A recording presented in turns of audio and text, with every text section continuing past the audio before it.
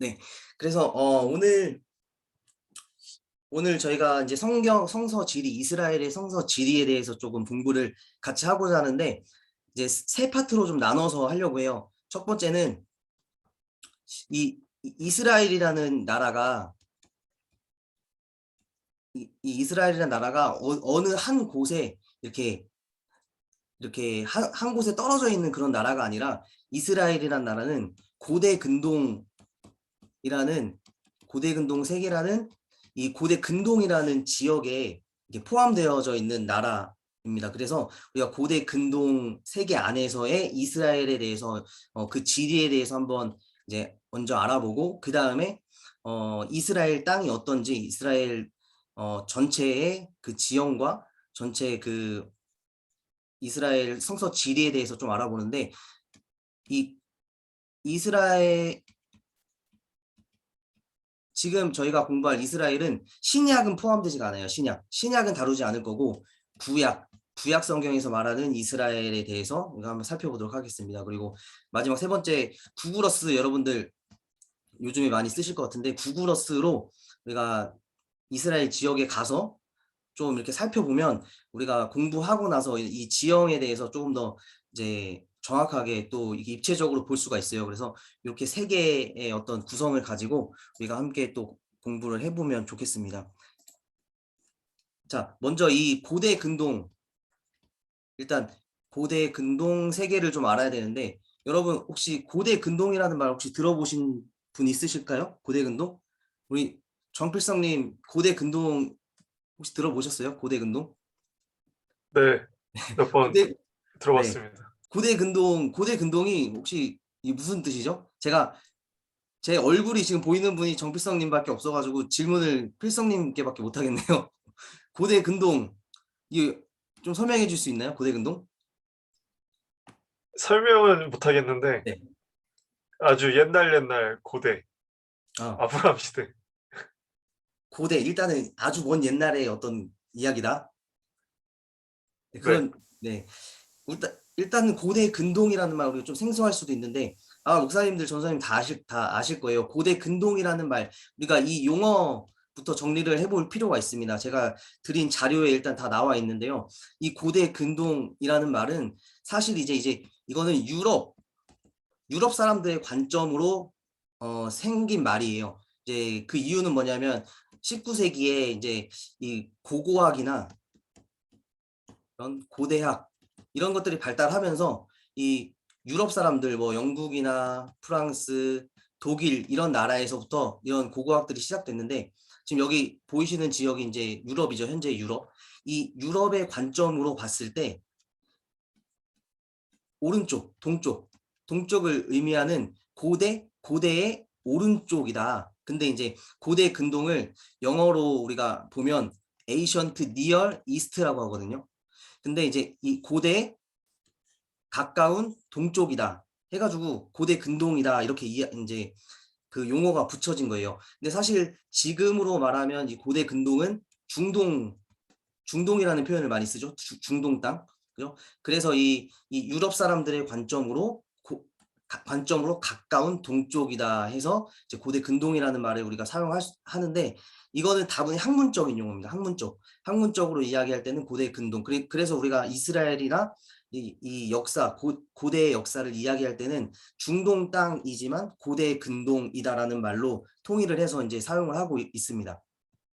자, 그리고 이제 고대 근동 이 세계의 어떤 연대를 좀 살펴보자면 BC 3300년경부터 BC 약 600년까지의 이 고대 지금 보이는 지도에 있었던 나라들을 이야기할 때 고대 근동 세계의 나라들, 제국들이라고 이야기합니다. 또 어떤 사람은 BC 600년이 아니라 333년까지 봐야 된다 이렇게 이야기를 하는데 이 혹시 이 333년에 무슨 일이 있었는지 필성님 아시나요?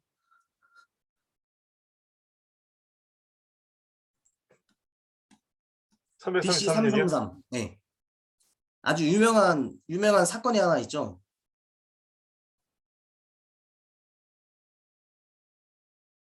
이때 당시 무슨 일이 있었냐면 헬라에 알렉산더라는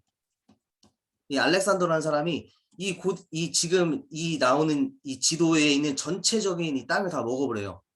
그래서 이 알렉산더가 등장해서 이 땅을 다 정복하기 전까지가 고대 근동이다라고 이제 말하는 사람도 있습니다. 그래서 이제 이 시기적으로 봤을 때는 BC 3300년부터 BC 333년까지 크게 보면 고대 근동 세계라고 볼 수가 있을 것 같습니다.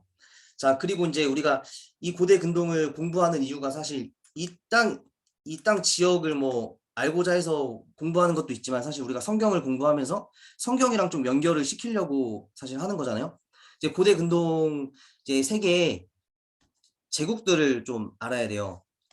제가 나눠드린 프린트 마지막 페이지에 있는데 이 고대 근동 세계의 제국들을 좀 살펴보면 이제 고대 근동 세계는 네 시대로 구분을 할 수가 있을 것 같아요. 고대 시대가 있었고 그 다음에 중기 청동기 시대, 그리고 후기 청동기 시대, 그리고 철기 시대 이렇게 나눌 수가 있을 것 같아요. 그래서 이 시대적 구분이 그렇게 중요한 건 아니지만 이 성경 이스라엘이 고대 근동 세계에 있었던 한 나라로서 여기 있는 이 시대 안에 들어가 있는 이 시대의 어느 순간에 이제 이스라엘 국가가 탄생했다는 것을 볼 때 이 시대 구분을 좀 알고 있으면 우리가 좀 성경을 읽는데 도움이 될 것 같습니다. 그래서 이 고대 세계에는 이 메소포타미아 지금 지도에 보시면 이 메소포타미아 북부와 남부가 보이시죠? 이 지역? 그러니까 세계 문명의 이제 시작점이잖아요. 여기랑 이집트 문명. 이 두 곳에서 이제 문명이 시작되는데 고대에는 이제 여러분 쉽게 그 자료는 참고만 하시고 쉽게 보면 이 고대의 북부 쪽, 그러니까 메소포타미아 북부 쪽에는 성경에 나오는 아수르라는 나라가 이때 이제 생기는 겁니다. 아수르. 그리고 남부 쪽에는 바벨론이라는 나라가 이쪽에 이제 제국이 들어서는 거고, 이 엘람이라는 이 지역에는 여러분 들어보셨을 거예요. 페르시아. 페르시아가 이제 이쪽. 현재 이제 여기는 나라가 이란이죠, 이란. 이제 페르시아라는 나라가 이제 고대 엘람으로 볼 수가 있습니다. 그리고 이 아나톨리아 이 반도 여기에는 고대에 히타이트라는 제국이 있었어요. 성경에서 히타이트 출신의 사람이 나오는데 혹시 우리 필성님 혹시 히타이트 출신 성경에 나오는 사람 혹시 기억나는 사람 있으신가요? 히타이트요? 네, 히타이트. 히타이트? 히타이트가 성경에서는 이렇게 표현을 하죠. 헷족속. 성경에서는 히타이트 사람은 헷족속이라고 표현을 하는데 이제 나중에 다윗 시대에 보면은 다윗의 장군이었던 헷족속 우리아가 이쪽 지역에서 온 용병으로 볼 수가 있죠. 그래서 이제 이 아나톨리아 반도에서는 히타이트, 그리고 아수르, 바벨론, 그리고 이제 고대 이집트 지역을 볼 수가 있고, 이 레반트라고 하는 이 지역이 이제 중요한데 이 지역이 지금 이제 우리가 공부해야 할 구약의 이스라엘이 있는 나라죠. 그래서 이스라엘 땅을 구약 성경에서는 가나안 땅이라고 이야기를 하고, 그리고 지금으로 이야기하면 팔레스타인 이렇게 이야기도 하죠. 그런데 이제 이 우리 고대 근동 안에서 이 레반트라는 이런 명칭을 사용할 때는 가나안만 이야기하는 것이 아니라 가나안 플러스 위에 시리아까지 포함해서 시리아 팔레스틴을 레반트라고 이야기를 해요. 그래서 이 고대 근동에서 레반트라고 이야기했을 때는 시리아 팔레스타인을 지칭하는 말이다라고 이제 아시면 될 것 같고, 그래서 고대에는 이제 수메르라는 제국이 있었고 이 메소포타미아 북부 지역에 먼저 이제 수메르라는 제국이 들어섰고, 그 다음에 이 남부 쪽에서 아카드라는 나라가 또 등장을 해요. 아카드. 이제 이 새로운 나라가 등장한다는 것은 여기는 이제 없어지는 거죠. 그리고 이 아카드가 등장하고 다시 여기 그 메소포타미아 남부 지역에 우루라고 하는 지역이 있어요. 우루 들어보셨죠? 필성. 우루. 갈대아 우르. 그쵸? 갈대아 우르에서는 어떤 일이 있죠? 아브라함이 네. 지역을 이제 옮길 준비를 하죠. 그쵸? 성경에 따르면 이제 아브라함 이야기가 갈대아 우르에서 시작을 하죠. 여기 보면 이제 이 우르라는 지역에 고대의 수메르 왕족을 이제 계승하고자 해서 우르 삼왕조라는 이제 왕조가 들어서게 됩니다. 이제 이 왕조가 이제 아카드 이후에 들어서게 되면서 이 우르에서 이제 이때 당시에 아브라함이 이제 이 티그리 유프라테스 강을 따라서 이렇게 하란까지 오게 되는 거죠. 그래서 아브라함이 나중에 이제 가나안 땅으로 들어갔는데 중요한 건 우리 성경 창세기 12장에 나오는 아브라함 이야기가 바로 이 우루 사망조 때의 배경을 가지고 있다라고 이제 생각을 하시면 되고, 그리고 중기 청동기 이때 시대는 이제 크게 보면 족장 시대라고 볼 수 있어요. 족장 시대. 이때 당시에는 또 여러 다른 뭐 아수르나 히타이트나 이런 민족 그런 나라들이 또 다시 생겼고, 이제 후기 청동기 시대에는 그 다음에 뭐 출애굽 시대, 가나안 정복 시대 이런 시대를 후기 청동기 시대라고 이야기를 하고, 이때까지는 근데 이때까지는 아직 이스라엘 민족이라는 개념이 없었잖아요. 아직 이스라엘 국가가 생기지 않았던 시기고, 지금 우리가 이제 중요하게 볼 것은 철기 시대입니다. 철기 시대에 이제 약 1000년에 이스라엘 국가가 탄생을 하죠. 다윗, 솔로몬, 아니 사울, 다윗, 솔로몬으로부터 시작되는 이 이스라엘 국가가 이제 시작되는 것을 볼 수가 있는데, 그래서 그 주원준이라는 교수님에 따르면 이 이스라엘은 이 고대 근동 세계, 고대 근동 국가 중에 가장 후발 국가다 이런 표현을 해요. 지금 이렇게 그 고대 근동 세계의 전체적인 큰 역사를 간단하게만 봤을 때도 이스라엘 나라는 다른 나라들보다 가장 후대에 생긴 나라라고 볼 수가 있습니다. 그래서 여러분들 성경을 읽으실 때 이제 고대 근동 뭐 예를 들면 창세기의 창조 설화, 뭐 인간을 만든 창조 홍수 설화 이런 거 많이 이야기하잖아요. 그런 것들을 이스라엘이라는 나라가 이제 후대에 생겼기 때문에 이런 민족들의 어떤 영향을 받을 수밖에 없는 거예요. 이런 나라들의 영향을 받아서 어떤 문화적인 영향이나 아니면 언어적인 영향 이런 것들을 받아서 이스라엘의 어떤 독특한 역사를 기록하고 독특한 유대인의 정체성을 가지고 민족을 세워 나갔다고 이렇게 본다면, 사실 뭐 바벨론 설화나 이집트 설화 이런 것들 우리가 배척하고 뭐 성경이 뭐 그런 설화들을 뺏겼다 이런 말 자체가 사실 이제 말이 안 되는 거죠. 당연히 영향을 받을 수밖에 없는 거예요. 우리나라도 마찬가지로 뭐 우리나라 주변에 중국이나 일본 뭐 이런 나라들의 영향을 많이 받았잖아요, 사실. 그런 문화적인 맥락을 봤을 때 이스라엘은 이렇게 큰 제국들 사이에 껴있는 후발 국가의 나라였다라고 이제 생각을 하시면 됩니다. 그래서 이제 고대 근동 안에서의 이스라엘의 역사적인 위치는 한 요 정도로 하시면 이해가 가실 것 같고, 그 나눠드린 자료를 좀 참고하시면 더 자세하게 좀 볼 수가 있을 것 같습니다. 그리고 제가 다른 자료를 좀 공유를 할게요. 이제 고대 근동의 이스라엘은 이 정도만 보면 될 것 같고요. 이스라엘 성서 지리로 들어가 보도록 하겠습니다.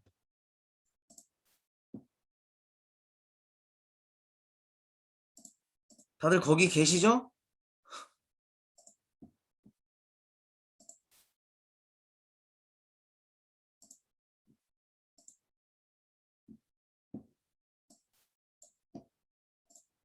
자, 혹시 그 자료가 공유가 됐나요? 필성님? 네, 나옵니다. 네, 그 구약의 이스라엘이라는 자료 나오죠? 프레이지? 네. 자, 이제 구약 성경의 이스라엘의 지리에 대해서 우리 한번 알아보도록 하겠습니다. 여러분들 혹시 이 이스라엘 가보신 적 있으신 분 혹시 채팅창에 한번 남겨주시겠어요? 네, 이스라엘 가보고 싶어요. 네, 같이 데려가 주세요. 갑자기 뭐 아프리카 방송이 된 것 같은데, 네, 저요. 네, 최진희 님도 이스라엘 언제 가보셨어요? 이스라엘? 왜 가보셨어요? 이스라엘? 네, 새 예루살렘에 새 예루살렘에 가볼 생각이라고요. 네, 새 예루살렘은 없습니다. 아, 자유여행으로. 자, 이스라엘, 그럼 다른 분들은 아직 이스라엘 가보지 않으셨고, 네. 자, 그러면 이스라엘에 대해서 거의 뭐, 지식이 거의 없다고 생각하고 제가 시작을 하도록 하겠습니다. 자, 궁금한 점은 바로바로 남겨주세요. 제가 각 이렇게 하면서 확인을 하겠습니다. 채팅창을. 자,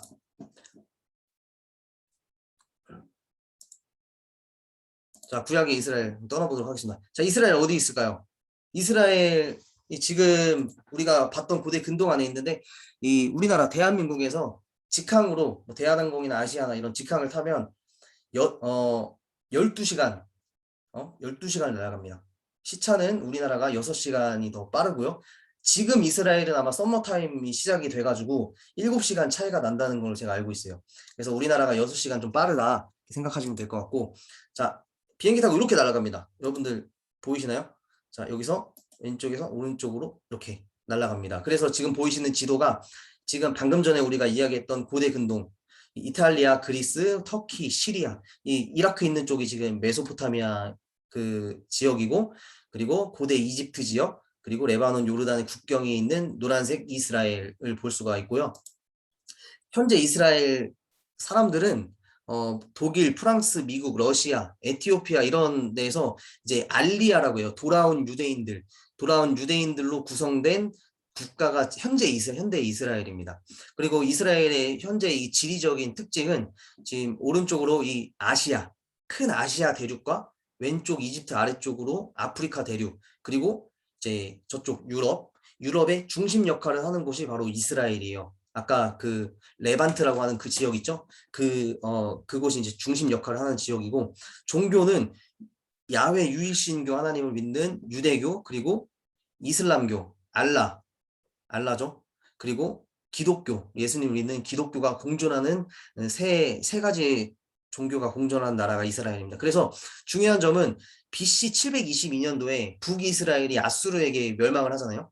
북이스라엘이 아수르에게 멸망을 한 후에 그 똑같은 이스라엘이라는 그 나라의 이름으로 약 2669년 만에 다시 생긴 국가가 현대 이스라엘이라는 점이죠. 그래서 요거를 기억을 하시면서 자, 가도록 하겠습니다. 그래서 세계 지도를 보면 우리나라가 이제 오른쪽 끝에 있고, 그래서 우리나라를 그 이야기를 하잖아요. 동방의 이스라엘이다.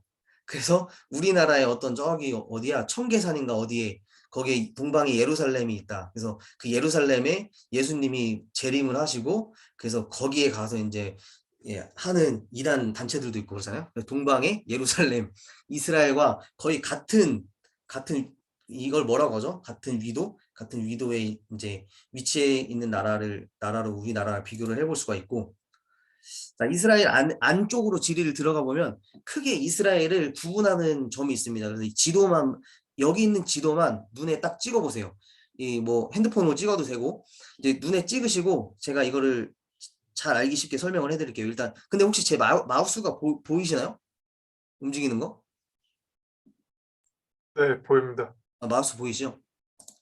이 이스라엘의 중간 이 초록색 부분으로 된 이 430킬로라고 써 있는 이곳이 어디냐면 요단 협곡 지대라고 해요. 요단 계곡이라고도 하고, 요단 습곡 지대라고도 하고, 뭐 여러 가지로 표현되는데, 이 요단 계곡을 따라서 중심으로 왼쪽 서편과 동편으로 나눕니다. 첫 번째, 계곡 중심으로 요단 서편 지역과 요단 동편 지역을 나눌 수 있다. 이제 이게 첫 번째 구분이고, 그 다음에 이제 이 이스라엘을 표현할 때 성경에서도 이스라엘 전체를 표현할 때 어떤 표현들이 많이 나오냐면, 그 이스라엘의 단부터 브엘세바까지 뭐 이런 관용적인 표현들이 나와요. 그래서 여기 위에 보시면 단이라는 지역이 있고 밑에 부엘셰바라는 지역이 있는데, 그래서 단부터 부엘셰바까지 전체적인 지역을 세 지역으로 구분을 할 수가 있습니다.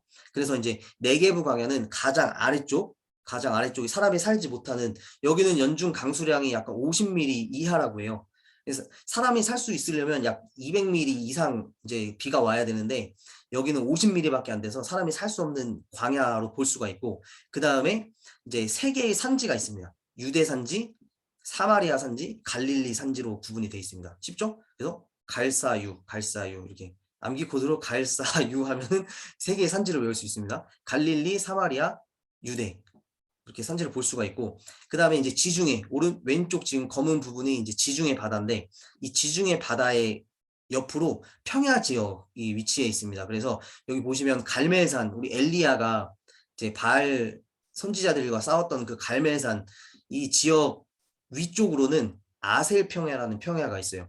그리고 그 밑쪽으로 샤론 평야, 그리고 블레셋 평야가 이렇게 위치해 있는 걸 볼 수 있습니다. 그래서 이 세 개의 평야와 그리고 세 개의 산지, 그리고 네개부 광야, 그리고 요단 계곡, 그래서 요단 서편과 동편으로 나눌 수 있고, 그 재밌는 점은 뭐냐면 이 요단 계곡을 따라서 이 서편과 동편이 지질학적으로 그 지질판이 다르대요. 그래서 이 동편은 아라비아판을 가지고 있고 서편은 아프리카판이라고 합니다. 그래서 지금도 이스라엘에서는 이 아라비아판이 1년에 3cm 정도씩 위쪽으로 올라간대요. 그래서 지금도 이게 이제 판이 움직이면서 이스라엘 동편이 위쪽으로 3cm씩 올라간다. 근데 이제 그거를 그러면 이제 뒤틀리잖아요, 나라가. 뒤틀리고 이제 그래서 유적들을 발견하고 뭐 유물들을 보고하고 발견하면 이게 이제 한쪽은 예를 들면 뭐 지금 이 위치에 있다면 동편에서 그 아라비아 판에 있는 거는 살짝 올라가 있는 모습으로 이렇게 발굴도 된다고 해요.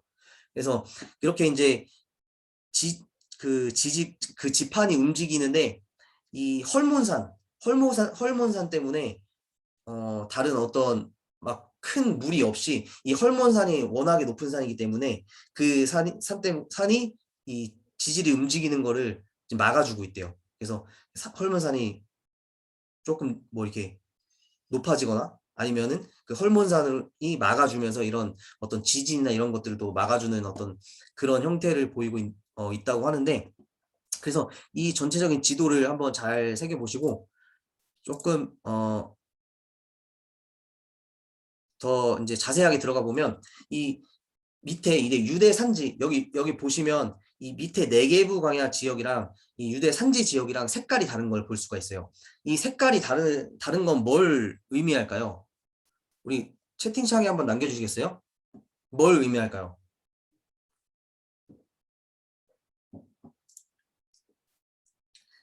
자, 필성님 뭘 의미할 것 같아요? 지대 높이, 네, 인구, 인구 숫자, 초록색이 사람이 많이 살 것이다. 그 얘기하시는 거죠? 네. 맞아요. 두 분 다 맞는 말씀이에요. 여기 보면 이제 이 초록색 지역은 이제 평야 지역이기 때문에 농사가 잘 되는 땅이에요. 농사가. 지중해에서 비도 하면서 비도 많이 뿌리고 하는 지역인데, 이제 이 노란색 부분은 다 광야, 사람이 살 수 없는 그런 지역이죠. 그래서 이 네개부 광야가 있고, 유대 산지에는 이제 여러분들 성경 읽다 보시면 창세기의 족장, 아브라함, 이삭, 야곱, 요셉 이 족장 이야기가 많이 나오잖아요. 그 족장들이 위치했던 지역들이 이 중간 산악 지역, 그러니까 중앙 산악 지역이라고 부르는 이 산지 지역에 위치해 있는 걸 볼 수가 있습니다. 그래서 이제 이 네개부 성경에서 네개부 광야라고 이야기할 때 지금 지도에서는 제가 이 밑에만 네개부 광야라고 써놨는데, 성경에서 말하는 네개부를 이야기할 때는 이 부엘세바, 이제 부엘세바부터 이 왼쪽에 그랄, 오른쪽에 아라드, 이 작은 지역을 부엘세바라고 이야기를 해요, 성경에서는. 그리고 조금 더 큰 의미에서 네개부 광야라고 했을 때는 이 아래쪽까지를 네개부 광야라고 이야기를 합니다. 그래서 이제 유대 산지의 그 마을들, 성읍들을 보면 뭐 헤브론, 베들레헴, 예루살렘 뭐 이런 이제 성읍들이 있었고, 자, 위쪽으로 조금 올라가면 이제 사마리아 산지, 뭐 베델 실로, 그리고 베델 실로, 세겜, 그리고 잘 아시는 에발산과 그리심산, 이런 것들은 사마리아 산지에 있습니다. 그래서 지금 여기 보이는 것도 초록색 지역이죠. 사람들이 살 수 있는. 근데 유대 산지 지역에는 살짝 이제 노란 색깔. 이제 이 중앙 산악 지역에는 사실 사람들이 많이 사는 지역은 아니었어요.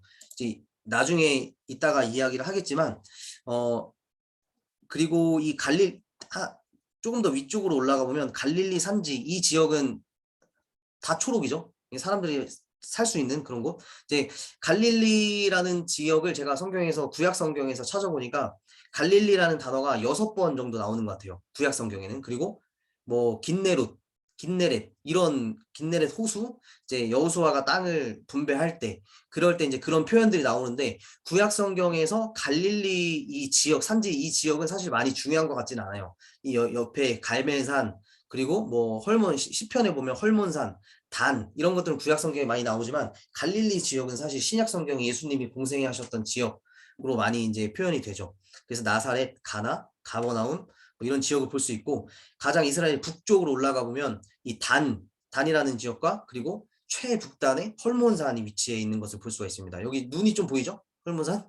그래서 성지순례나 이런 데 다녀오신 분들 그러시는 아시겠지만 이제 가이드 하시는 분들이 이 헐몬산은 1년 365일 내내 그 만년설이 있는 그런 산이다. 그래서 여기서는 뭐 1년 365일 내내 헐몬산에서는 스키를 탄다 이런 거짓말 뻥을 많이 치세요. 근데 그거는 뻥이고 이제 있을 때가 있고 또 없을 때도 있습니다. 이제 헐몬산은 그래서 이스라엘 가장 높은 산이긴 하지만 1년 내내 이제 만년설이 있는 그런 산은 아니에요. 그래서 전체적인 지형을 좀 보시면 좋겠고 이 지형도를 보시면 자, 요 사진을 보시면 가장 북쪽에 이 헐몬산, 헤르몬산은 이제 2,800m예요. 고도가. 근데 이스라엘에서 가장 낮은 지형이 사해 수면은 마이너스 400입니다.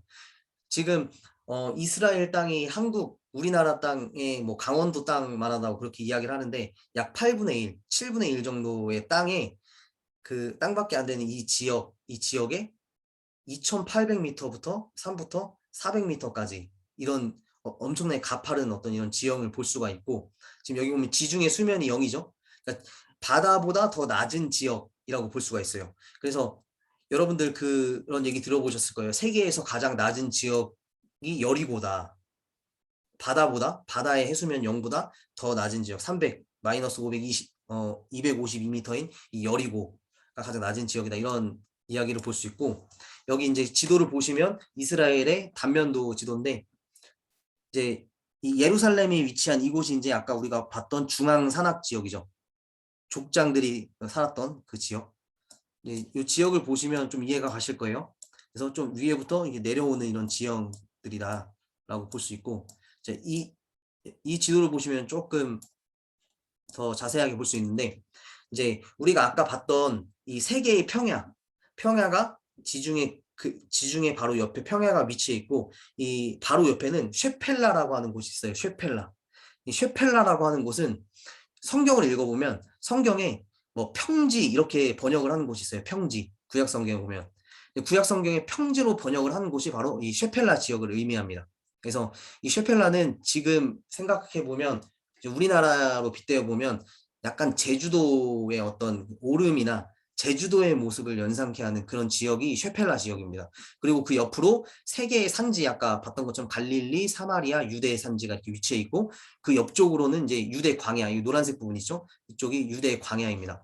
그리고 그 오른쪽으로는 이제 헐몬산의 우기 때 이제 비가 내리면 이제 이 비들이 헐몬산의 땅속으로 들어가서 이 아래쪽에서 우물이 터져 나오는 거예요. 우물. 이제 샘이죠, 샘이 터져 나와서 이제 그 샘에서 흐르는 물줄기가 갈릴리로 들어가게 되고 갈릴리에서 다시 요단 계곡을 통해서 쭉 해서 사해까지 이렇게 이제 쭉 내려가는 아까 그 지형을 보시면 충분히 내려갈 수 있는 지형이었잖아요. 지형을 볼 수가 있고 이제 이제 동쪽 요단 동쪽을 보면 이제 헐몬산 그리고 골란. 이 골란이 이제 골란 고원이라고 하는 성경에서 보면 뭐 바산 골란 이런 거 나오잖아요. 그래서 그 골란 지역이 바로 여기다. 그리고 길르앗 산지가 있고 여러분 야복강 아시죠? 유명한 이 야복강이 지금 요르단 땅인 동쪽에 위치해 있고요. 그다음에 암몬 그리고 모압 산지 여기 암몬 산지 모압 산지 그리고 모압 산지 오른쪽 옆쪽으로는 에돔 산지가 위치해 있는 걸 볼 수가 있습니다. 그래서 요 지도를 보시면 조금 이스라엘의 어떤 지역을 나눌 수 있는 것을 좀 쉽게 볼 수가 있고 자 제가 퀴즈를 하나 내겠습니다. 계속 저만 떠드는 것 같은데 자 여기 이 지도를 보시면 아이고 자 자, 이 지도로 봤을 때 이 제가 초록색, 파란색, 흰색, 검은색으로 해놓은 이 화살표가 뭘 뜻하는 걸까요? 이게 뭘까요?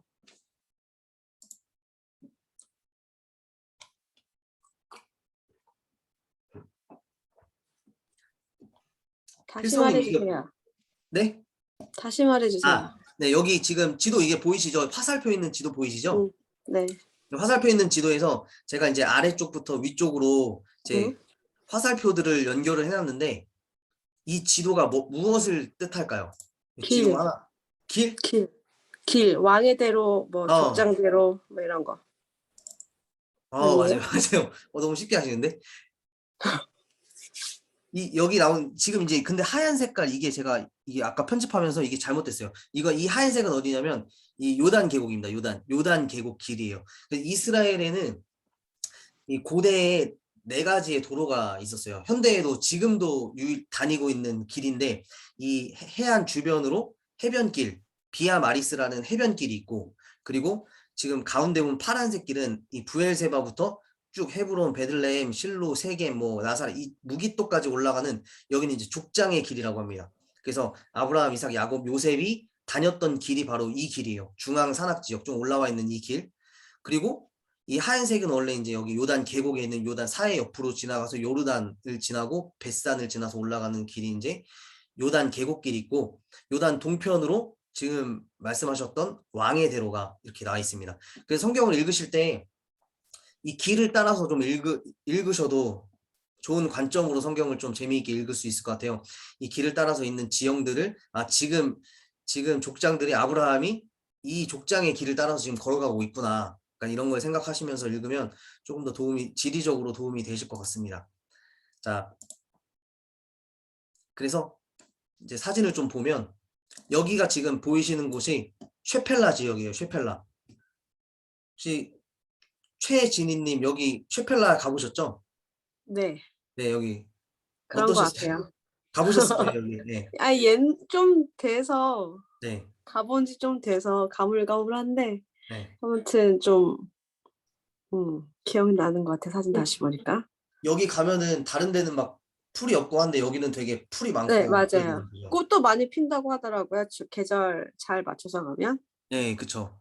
그래서 음. 이 지역은 사실 지금 우리나라 어떤 제주도 모습이랑 좀 비슷한 그렇게 생각하시면 좀 쉬울 것 같고, 그리고 이제 여기가 중앙 산악 지역입니다.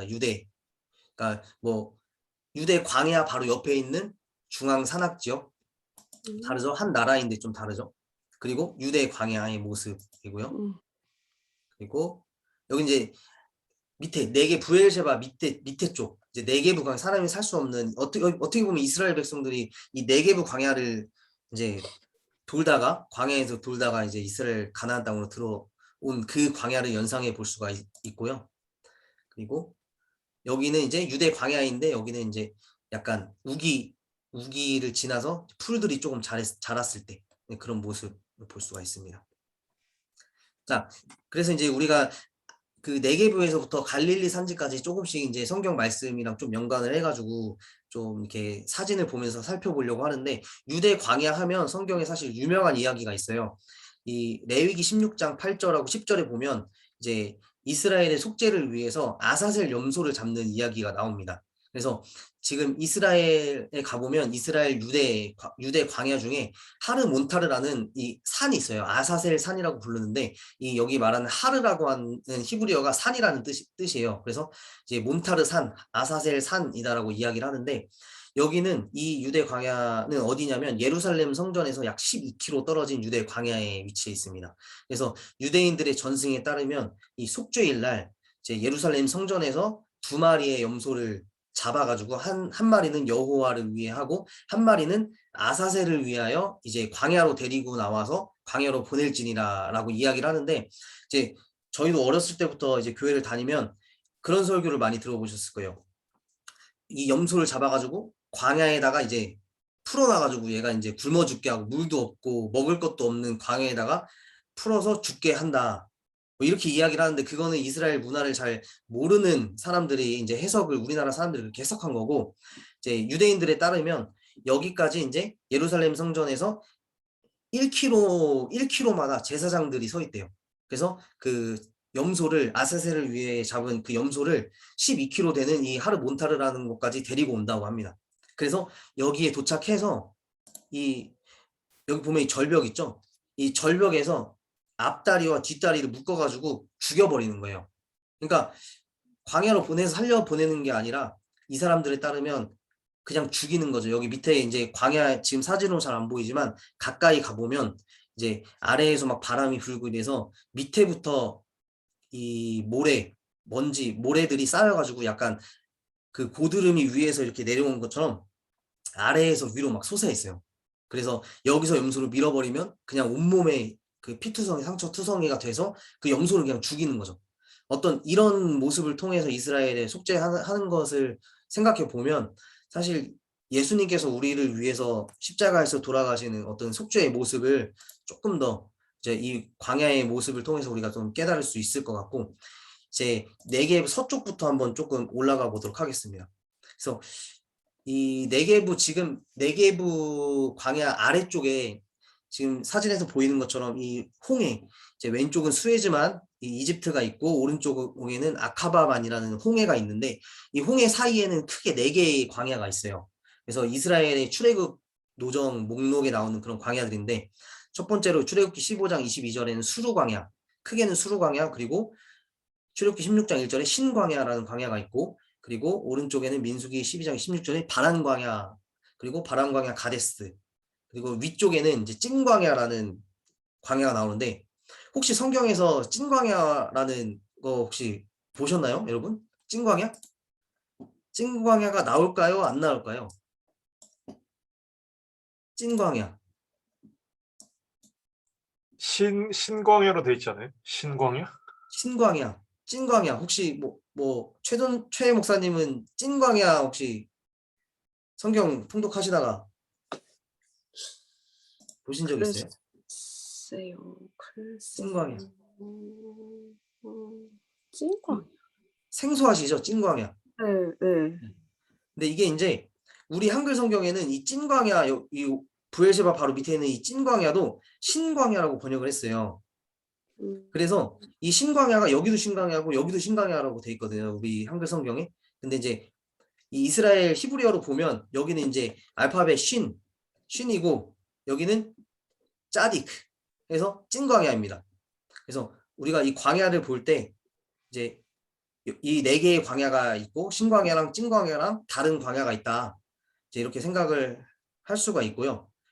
광야 이 네겝 쪽에 이렇게 4개의 광야가 있고 자 그리고 이 남쪽 네게부 지역의 가장 유명한 도시를 생각해 보자라고 한다고 하면 아마 부엘셰바를 떠올릴 수가 있을 것 같아요.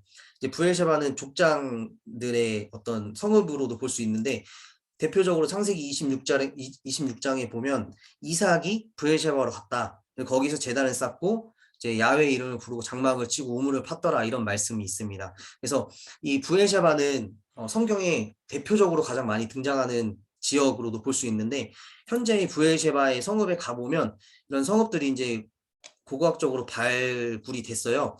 그런데 지금 이스라엘에 있는 부엘셰바에 있는 성읍은 이 족장 시대가 아까 중기 청동기 시대라고 이야기를 했잖아요. 근데 지금 발견된 이 성읍은 중기 청동기 시대가 아니라 더 후대인 철기 시대의 어떤 그 구조물로 파악이 되고 있습니다. 그래서 이때 당시는 철기 시대니까 이스라엘의 왕정 시대라고도 볼 수 있죠. 사울, 다윗, 솔로몬 시대. 네, 이때 당시에 이제 철기 시대에 그 부엘셰바의 성읍을 발견을 했는데 여기서 뭐가 발견이 됐냐면, 지금 가운데 보이시는 제단이 발견이 됐어요. 돌로 만든 제단. 성지순례 가시면 여기는 아마 안 가실 거예요, 그죠? 부엘셰바 혹시 가셨어요? 여기까지 내려가나? 자, 여기 이 부엘셰바에서 발견된 이것이 중요한 게 뭐냐면 이 돌로 만든 이 제단, 양 네 귀퉁이에 이렇게 뿔 모양이 있는 돌로 만든 제단이 어디에서 발견이 됐냐면 바로 이 창고, 그러니까 아까 그 성읍에 있는 어떤 한 창고에서 발견이 됐어요. 이 돌들이. 그 뭘 얘기를 하냐면 성경 열왕기하 18장 4절에 보면 이제 히스기야 왕이 이제 종교 개혁을 일으키잖아요. 종교개혁을 일으킬 때 여러 산당들을 제거하고 이런 여러 목상들, 주상들을 깨뜨렸다. 그런데 그때까지 이스라엘 자손이 분향했다. 이런 말씀들이 있어요. 그런데 바로 이 히스기야의 개혁 때 히스기야가 이런 분향 어떤 번제단을 개혁을 하면서 이제 이거를 이 재료를 가지고 창고 벽으로 썼다는 거죠. 그래서 그런 어떤 역사적인 의미로 봤을 때 또 중요한 고고학적 장소가 바로 이 부엘제바라고 볼 수가 있습니다. 그래서 제단 모형 현재 이건 여기는 이제 모조품인데 지금 원본은 이스라엘 박물관에 있다고 해요. 그래서 돌로 만든 제단 볼 수가 있고 그리고 아까 우리가 처음에 이야기했던 것처럼 이스라엘은 주요 4개의 도로가 있다. 이걸 보시면 좀 이해가 더 잘 되실 것 같아요.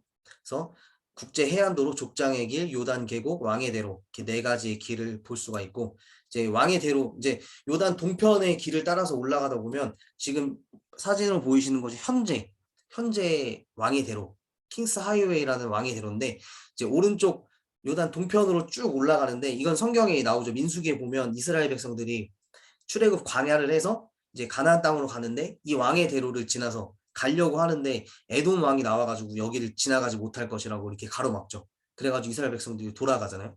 그 길이 바로 이제 이 왕의 대로입니다. 여기는 아직까지 남아있고 제가 이따가 우리 구글어스로 여기를 확인할 수가 있어요. 구글어스로 보면 아직도 왕의 대로가 이제 고대의 왕의 대로가 나와 있는 것을 볼 수가 있고 자 이게 뭘까요? 아까 우리 쉐펠라 지역에서 본 건데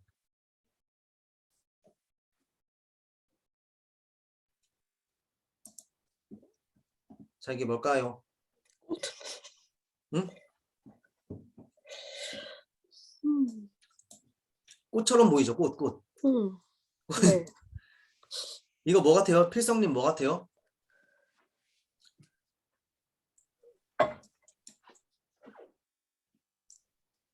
뭐죠? 민들레? 민들레? 자, 우리가 우리 꽃처럼 보이잖아요. 근데 이게 뭐냐면 이건 이제 이 쉐펠라 지역에 있는 건데 다 아실 거예요. 이게 겨자나무예요. 겨자나무. 성경에서 아, 나오는 겨자나무라고 합니다. 그래서 우리는 겨자나무라고 생각하면 겨자 아무래도 나무라고요? 네, 겨자나무예요, 이게. 저게 나무예요? 네. 그러니까 이스라엘에는 사실 물도 많이 없고 사실 이제 우리가 생각하는 그런 나무가 사실 많이 없어요. 이제 뭐 갈릴리 산지나 아니면은 그 중앙산악 지역의 산지 지역들이나 가야지. 근데 그런 데 가도 사실 많이 없어요.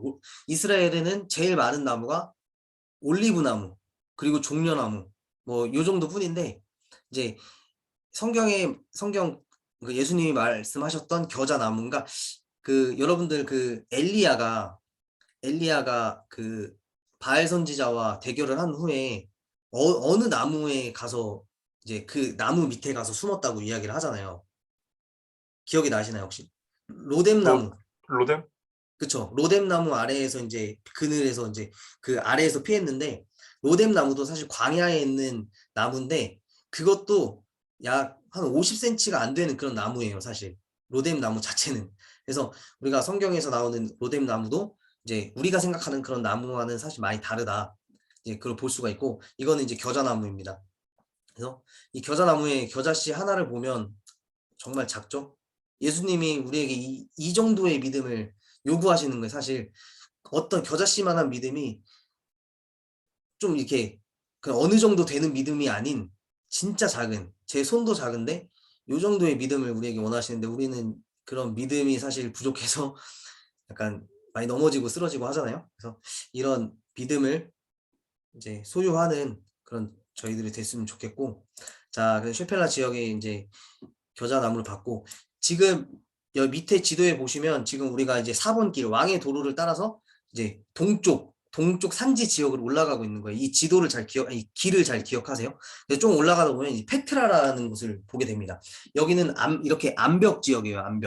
암벽 지역인데 여기는 성경에는 뭐 중요하게 나오진 않지만 이 지역에는 옛날 나바티안 왕국의 수도로 사용되어졌던 그런 암벽 요새로 볼 수가 있고 이제 이런 요새에 이 아라비아 반도의 유목민 출신이었던 이 나바티안 상인이 향료를 팔았던 그 사람들 그리고 이 사람들은 산적이었대요. 사막에서 사람들이 향료길을 따라서 갈 때 이제 그 사람들의 어떤 물품을 뺐고, 그래서 이제 이런 요새 안에서 이제 살았다라는 것을 이제 이 지형적으로 보면 또 볼 수가 있고, 그 영화 뭐죠? 그 우주에서 나오는 그 영화 있는데, 그 우주에다가 뭐 배추 같은 거, 감자 이런 거 심어가지고, 마션. 마션이 이 페트라 밑에 있는 그 지역 이름 제가 갑자기 기억이 안 나네요. 그 요쪽 지역에서 촬영을 한 거예요. 그러니까 빨간 광야 있는 그 지역. 그래서 이제 이런 지역을 볼 수가 있고, 조금 더 이제 위로 올라가 보면 이제 그 왕의 대로를 따라 올라가 보면 이제 느보산에 도착을 합니다. 느보산. 그래서 이스라엘 백성들이 이제 나중에 모세와 함께 모압 지역의 느보산에 가서 이제 가나안 땅을 바라보는데, 어디냐면 이 지역입니다. 이 지역. 현재 느보산에 가보면 이제 요르단 땅이죠. 여기 가보면 이제 이스라엘 백성들이 출애굽할 때 그 불뱀 사건을 기념해서 이제 이런 조형물도 서 있고, 중요한 건 그거보다는 이제 신명기 34장 1절에서 6절 말씀에 보면 이제 이런 말씀을 하세요. 모세가 이제 모압 땅 느보산에 올라갔는데 여호와께서, 이 빨간 지역이 중요합니다. 길르앗 온 땅과 단까지 보이셨대요. 우리가 아까 살펴본 지역이죠. 길르앗 온 땅과 단. 그러니까 단은 이스라엘의 가장 최고 북단을 이야기하는 거죠. 그리고 길르앗 산지, 그리고 납달리와 에브라임과 므낫세의 땅. 여기는 어디냐면 납달리와 에브라임과 므낫세 땅은 사마리아 산지를 이야기하는 거예요. 사마리아. 그리고 서해. 여기서 말하는 서해는 지중해를 이야기하는 거예요. 서쪽 끝에 지중해. 그리고 유대의 온 땅. 그러니까 유대 광야와 유대 산지를 이야기하는 거죠. 그리고 네겝은 네게부와 종려나무의 성읍 여리고. 그러니까 여기 이 빨간색에 보면 사실 이스라엘의 전 지역을 다 포괄해서 이야기하는 것을 볼 수가 있죠. 그래서 가나안 가나안 땅 가기 전에 느보산에서 하나님께서 가나안 전체를 보여주셨다라고 이제 볼 수가 있고, 이 사진에서 보면 이제 이 헤브론, 그리고 뭐 베들레헴, 예루살렘, 그리고 이 나블루스라는 곳은 세겜입니다. 세겜, 여리고, 이 땅까지 이제 날씨가 좋은 날은 거기까지 다 보인다고 해요. 그래서 이제 가나안 온 땅을 볼 수가 있는 산으로 볼 수가 있고, 자, 여러분들 구름 기둥, 출애굽할 때 하나님께서 불 기둥과 구름 기둥으로 인도해 주셨다고 하잖아요. 이 구름 기둥이 뭘까요? 구름 기둥. 구름 기둥 어떻게 생각하세요? 구름 기둥.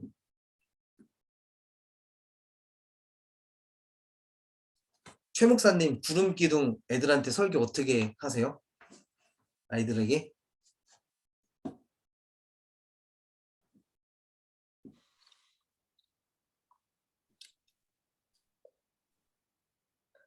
정말 구름이 이렇게 뭉게구름처럼 정말 네. 이렇게 뭉쳐있는 네. 이미지형으로 네. 그렇게 많이 얘기를 하긴 하죠.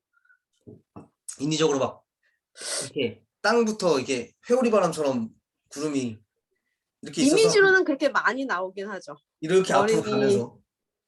에이, 근데 그건 좀 오바인 것 같고. 네.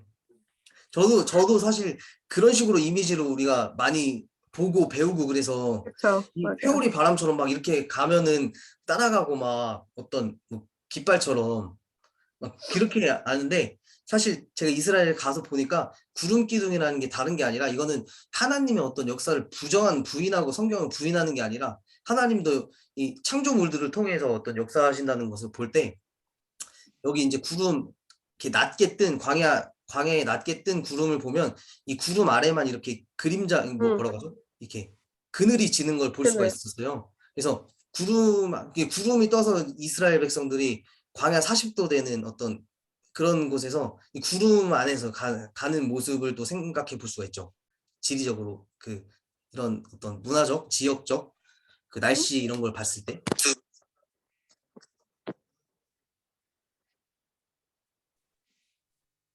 네? 아,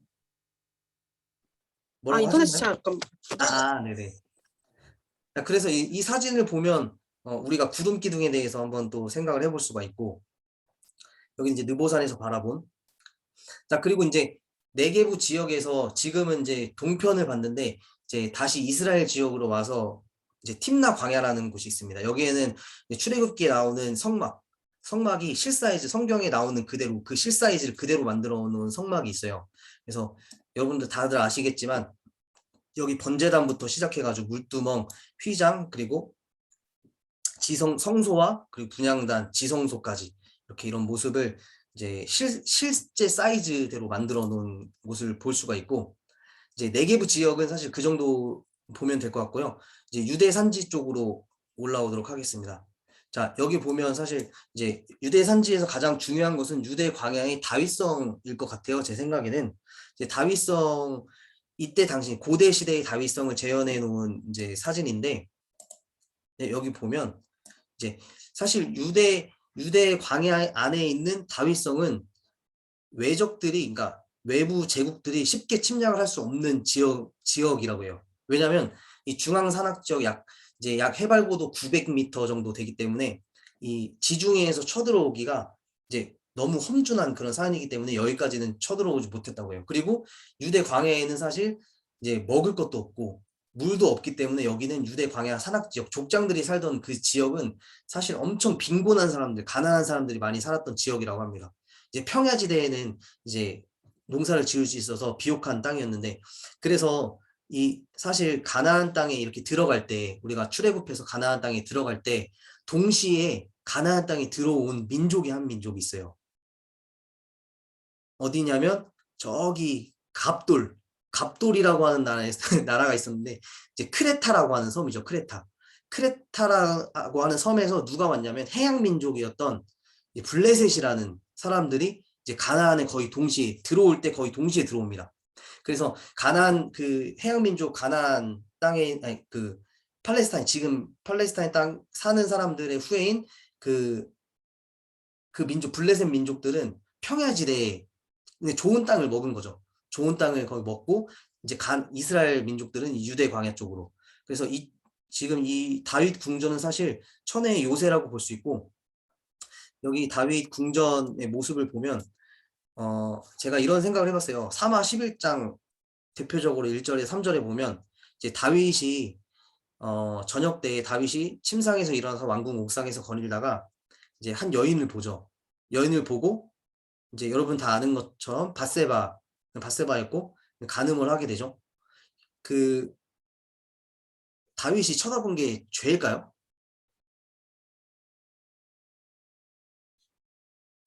다윗이 바세바를 쳐다본 게 그렇게 죽일 죄일까요?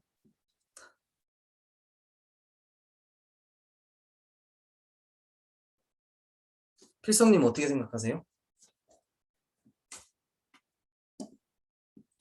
뭐 볼 수는 있는데 보고 나서가 문제죠.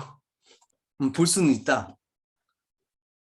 뭐 위쪽 살다 보니까 네. 이렇게 내려다 보면은 뭐 이제 음, 보일 수는 있는데 네.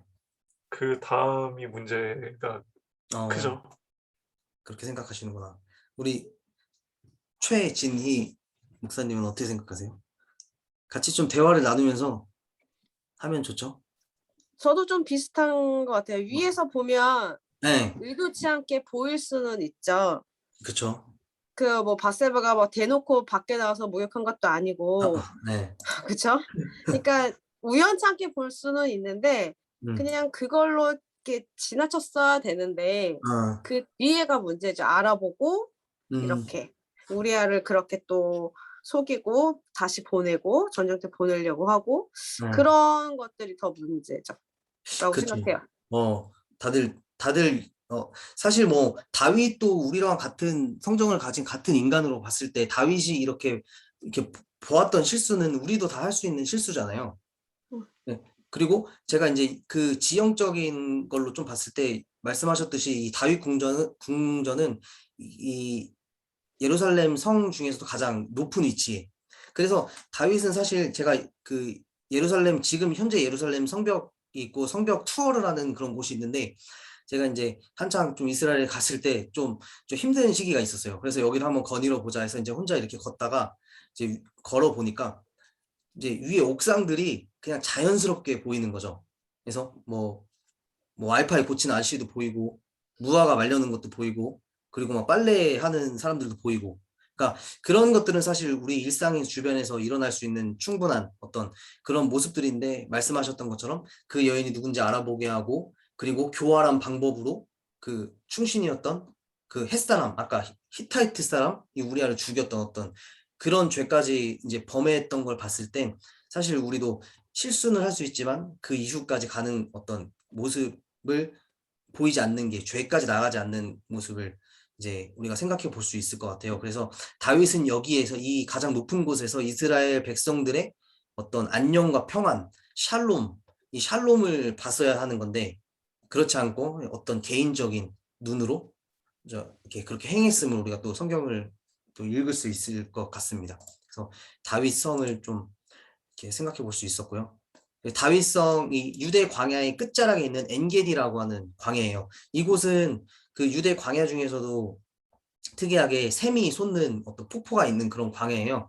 그래서 제가 듣기로는 이쪽 유대 광야 끝쪽에는 이 암석들 이런 바위들이 이제 물을 되게 잘 흡수하는 그런 성질로 되어 있어서 우기 때 비가 오면은 이제 땅 속으로 막 스며들었다가 이렇게 샘이 터져서 이제 유대 광야의 오아시스라고도 하는 엔게디 광야, 다윗의 도피 경로 중에 한 곳이죠. 그래서 볼 수가 있고 그리고 그 옆쪽으로는 지금 이제 사해를 볼 수가 있습니다.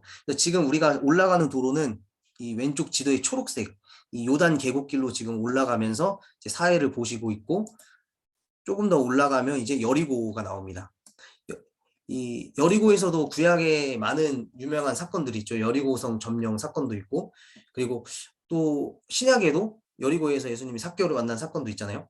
근데 위에 보는 것이 텔 여리고 언덕에 발견된 유적지예요. 고고학 유적지인데 이제 사람들이 예전에는 이거를 여리고성 이제 성경에 나오는 여리고성 그때 당시에 어떤 성 터다 이렇게 많이 주장을 해왔는데 그거는 이제 그런 내용은 많이 반박이 됐고 이 유적지 이 성벽은 BC 9,000년경에 사람이 살았던 어떤 흔적이다라고 이제 학계에서 그렇게 발표를 했다고 합니다. 그래서 아까 우리가 고대 근동이 BC 3,300년부터라고 했는데 그보다도 더 이전에 여리고에서 이런 성벽들이 발견이 되면서 전 세계에서 가장 먼저 사람이 살았던 곳이 가장 오래된 도시가 여리고다라고 또 주장을 하는 이야기들이 있습니다. 그리고 아래의 지도를 보시면 이제 여리고 그 텔 여리고 유적지에서 저쪽 모압 이제 요단 그 가운데 보는 곳이 이제 요단 계곡이고요. 그 오른쪽 그 위쪽이 이제 요단 그 산지죠. 이제 여기서 보면 요단 계곡도 보이고 저쪽 그 동쪽 땅도 보입니다. 그래서 그런 생각을 해봤어요. 여리고 성 점령 이스라엘 백성들이 가나안 땅에 들어갈 때 첫 번째로 벌이는 전투가 여리고성 전투인데 그 여리고성을 전투하러 들어가는 이스라엘 백성의 모습을 보면 사실 그 여리고성 전투하기 전에 길갈에서 할례를 행하잖아요. 할례. 그래서 이 전투를 해야 되는데 남자들을 다 할례를 시켜놓고 여기를 어떤 하나님의 방법대로 여리고성을 점령을 하는데 이스라엘 백성들은 사실 이제 성경을 읽어보면 이 가나안 땅의 어떤 민족들, 가나안 민족들을 보면서 두려움을 느낄 수 있을 것 같은 모습을 보이는데 제가 여기에서 이제 저쪽 동쪽 땅을 보니까 이 동쪽 땅이 그거 생각해 보세요. 이 지금 보이시는 이 동쪽 땅에 이스라엘 백성들 60만 이제 뭐 성경 좀 과장이 됐겠지만 60만이 여기에 서 있다고 생각을 해보세요. 여기 서 있고 날씨가 좋은 날은 이제 다 보이겠죠. 이 여리고 성에 사는 사람들이 느꼈을 공포감을 한번 생각해 보세요. 제 생각에는 이 가나안 이스라엘 사람들보다 이 여리고성에 살았던 사람들의 어떤 느꼈을 공포감이 훨씬 더 컸을 것 같아요. 그래서 여리고의 어떤 이런 지역적 위치를 봤을 때에도 그런 생각을 좀 해볼 수 있을 것 같고 지금 이제 여리고 지역은 앞에 보이시는 이 나무들이 종려나무입니다. 종려나무 열매. 그래서 성경에 보면 종려나무 성읍이라고도 이야기하잖아요. 종려나무가 많은 곳이 여리고다. 여리고를 볼 수가 있고 자 여기는 이제 제가 양고기입니다. 양고기. 지금 밥 먹을 시간이 좀 지났는데 여리고에서 파는 양갈비예요. 양갈비. 이제 성지순례 오시면 아마 여기는 가진 않을 거예요. 성지순례 오셨을 때 가는 어떤 식당 이런 데는 되게 큰 곳, 사람들 많이 가야 되니까 큰 곳 위주로 가는데 이제 여리고 시내에 있는 작은 양갈비집입니다. 나중에 이스라엘 가보시면 제가 좌표를 찍어 드릴 테니까 이제 저장해 두시고 여기를 가서 꼭 양고기를 드셔보세요. 양고기 맛있고요. 그리고 이제 사마리아 지역으로 좀 올라가 보도록 하겠습니다. 자, 사마리아 지역을 갈 때는 이 2번 도로인 족장의 길로 쭉 올라가다 보면 이 베델이라는 곳을 만날 수 있어요. 이 창세기 28장 10절에 야곱이 브엘세바, 이 네게부 브엘세바에서 떠나서 하란으로 가잖아요. 하란. 이 메소포타미아의 쪽 위쪽 하란으로 떠나가는데 중간에 가다가 이 베델이라는 곳에서 이제 하나님을 만나죠. 그래서 베델 야곱의 어떤 그 제단터 위에 세워진 비잔틴 시대 교회의 터를 볼 수가 있고, 이제 사실 성경 시대의 어떤 그런 제단들이나 이런 것들은 사실 찾아보기가 쉽지 않죠. 지금 너무 시대가 오래됐고, 지금 나오는 유적지 대부분은 그 어떤 전승 위에 세워진 기독교 교회들이 세워진 어떤 교회의 터들이에요. 그래서 여기는 이제 비잔틴 시대의 교회의 터가 이렇게 나와 있는 것을 볼 수가 있고, 조금 더 올라가다 보면 이제 세겜이라고 하는 곳에 도착을 하는데, 세겜에는 이제 세겜이라고 하는 곳이 이제 히브리어로 보면 두 언덕이라는 뜻을 가지고 있어요. 언덕 사이. 그래서 신명기 11장 29절에 보면 이제 너는 그리심산에 가서 축복을 선포하고 에발산에서 저주를 선포해라, 이런 말씀이 있는데, 이제 세겜산 양쪽에 있는 그리심산과 에발산을 우리가 볼 수가 있고, 지금 여기 밑에 사진에서 보는 것은 그리심산에서 지금 세겜 시내를 찍은 사진이에요. 그래서 이 양쪽에 그리심산과 저 앞쪽에 보이는 에발산이 두 사이에 이제 세겜 도시가 위치해 있는 것을 볼 수가 있다. 그래서 여기는 중앙 산악 지역으로 볼 수가 있고, 이제 그리심산 위에 여기도 이제 교회 터, 비잔틴 시대 교회 터, 그리고 여기는 사마리아 사람들이 나중에 사마리아 성전을 세운 그 터 위에 세워진 교회의 모습을 볼 수가 있고요. 이제 이스라엘의 이제 이 사마리아 지역의 그리심산에 올라가 보면 역사적으로 그리고 인류학적으로 가장 오래된 어떤 그런 뭐라고 하죠? 오래된 행사 아니면 오래된 의식이 있는데 바로 사마리아인의 유월절 의식이에요. 그래서 이스라엘 백성들이 이제 출애굽할 때 유월절을 지키고 나오잖아요. 그런데 현재 이스라엘에서는 그 양을 잡아서 유월절 의식을 지킬 수 없는데, 이 그리심산에 있는 이 사마리아인들은 아직도 양을 잡아가지고 이렇게 유월절 의식을 하는 것을 볼 수가 있습니다. 그래서 전 세계에서 어떤 짐승을 잡아가지고 제사를 드리는 유일한 곳이 바로 이 그리심산이라고 볼 수가 있습니다. 그래서 아주 중요하죠. 양을 잡았다가 해가 지면 양을 잡고 이제 무교병과 같이 이제 여기는 유대인들도 지금 사마리아인들을 상종하지 않았던 그 유대인들 역시 이 유월절 의식을 보러 일부러 사마리아 지역에 이렇게 오는 것을 또 볼 수가 있어요. 자, 그리고 이제 갈릴리 산지 쪽으로 조금 올라가 보면 이제 갈릴리에서 사실 구약에서 중요한 곳은 단이라는 곳이 있는데, 여긴 다들 이제 잘 아실 거예요. 이제 이스라엘이 이제 왕국이 분열 왕국이 되면서 북이스라엘은 여로보암, 그리고 남왕국은 이제 르호보암으로 해서 이제 나라가 나뉘잖아요. 북이스라엘 남유다로. 근데 이제 북이스라엘 같은 경우에는 10지파, 그리고 남유다가 이제 2지파 이렇게 나뉘는데, 이때 당시에 여로보암이 했던 정책 중에 하나가 이제 예루살렘 성전에 이스라엘 백성들은 1년에 3번씩 올라가야 되잖아요. 유칠초에 올라가잖아요. 유칠초에. 6월절, 77절, 초막절에 3번 가서 올라가는데, 이제 북이스라엘은 10지파가 예루살렘에 3번씩 올라가게 되면 정치적으로 어떤 분열이 일어날까봐 이 여로보암이 단과 베델에다가 성소를 지었던 거죠. 예루살렘 니네 가지 않아도 된다. 예루살렘 가지 않고 여기 가서 제사 드릴 수 있다. 그래서 뭐 절기도 비슷하게 하고 그래서 이제 분양을 하게 했다라고 하는 곳 중에 한 군데가 이제 단입니다. 단. 그래서 왜 베델과 단이냐라고 봤을 때 북이스라엘의 경계를 보면 알 수 있어요. 북이스라엘의 가장 북쪽 경계가 단이었고 아래쪽 경계가 베델이었어요. 그래서 이제 이스라엘 그 북이스라엘 사람들이 갈 수 있는 어떤 최대의 그 지역에 2개의 성소를 두었다고 볼 수가 있고, 이 지역이 중요한 건 뭐냐면 이 지역 이제 여기서 보이는 사진은 그때 당시에 이제 어떤 식으로 제사를 드렸는지 좀 재현을 해놓은 사진이고, 여기는 이스라엘 사람들이 이제 북이스라엘 사람들이 당시에 이제 제사를 드리면서 사용했던 부삽, 이제 향을 옮기는 담는 그 삽 있죠. 그 삽이 그 시대의 삽이 발견이 됐대요 여기서. 그래서 그것이 역사적으로 중요한 사건으로 이제 이 장소를 좀 볼 수가 있고요. 여기 보면 이제 산당의 전체적인 모습을 볼 수 있는데 하이플레이스라는 곳이 성경의 산당이라고 하는 어떤 그런 곳이고 이 제단 그리고 여기 제사장이 준비하는 방들이 있고 이 밑에는 이제 벽인데 이거는 헬라 시대에 세우는 벽으로 볼 수가 있습니다. 그래서 실제 어떤 제단의 모습을 좀 보면 사실 제단은 크기가 어마어마한 거예요. 이 정도 크기면 엄청 크잖아요. 그죠? 그래서 저기 이제 사람들이 있고 혹시 저 사진에서 저 찾으실 수 있는 분 저 사진 사람들 중에 제가 사진 찍고 있는데 나무 밑에. 나무 밑에요? 저 오른 어디요? 아닌가? 여기 거기.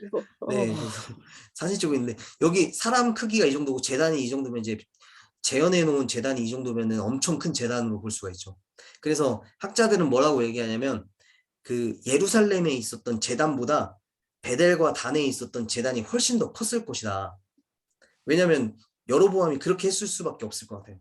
예루살렘에 있는 것보다 훨씬 더 크고 화려하게 만들어 놔야지 이제 얘네들이 감당을 할 수가 있는 거죠. 그래서 예루살렘 제가 그 성경 말씀 구절은 딱히 기억이 안 나는데 예루살렘에 있는 성전의 제단의 어떤 그런 크기의 모습을 표현하는 그런 구절이 있어요. 그런 구절과 또 비교해 봤을 때 이 단에 있었던 제단은 훨씬 더 큰 것을 볼 수가 있습니다. 그래서 지금 여기는 이제 쇠로 이렇게 제단을 만들어 놨고 사실 여기도 이제 우리가 그 원래는 제단을 만들 때 이제 출애굽 시대 이때는 뭐 번제단을 만들 때 성경에 보면 조각목으로 이제 만들잖아요. 나무로 제단을 만드는데 철기 시대 때 이제 왕국 시대에 보면 아까 그 부엘세바에서도 발견이 됐듯이 돌로 제단을 만들었던 것 같아요. 그래서 여기 이 단에 있었던 여기도 돌로 된 제단 아까 부엘세바에서 봤던 그런 모양의 어떤 제단이 있었을 것이다라고 이제 추정을 하고 있고 이제 그 위쪽으로 조금 더 올라가면 이제 아까 골란 지역 이제 헐몬산 밑에 골란 지역을 볼 수가 있는데 이제 여기 제가 지나가다가 이제 아모스서 4장에 보면 사마리아에 있는 산을 이야기하면서 바산의 암소들아 너네가 힘없는 자를 학대하고 가난한 자를 압제하며 가장의 길을 술을 가져다가 우리도 마시게 하라 이런 말씀들이 있어요. 네, 여기서 나오는 이제 바산의 암소들이 어떤 이런 사람들을 돕지 않고 압제하는 어떤 그런 고위층 어떤 그 부유한 여성들을 비유적으로 이야기하는 그런 비유적인 표현으로 바산의 암소들이라고 이야기하는데 보면 여기 아니라 바산 지역이거든요. 바산 지역의 암소들이 이렇게 앉아 있는데 진짜 뭐 이렇게 뭐 많이 걸어 다니지는 않고 진짜 살이 디륵디륵 쪄가지고 정말 어떤 이 풍만한 어떤 그런 소의 자태를 가진 모습을 볼 수가 있었고 이제 저도 여기 가보진 않았는데 이 바산 암소로 만든 스테이크 집이 있대요. 바산 암소 스테이크.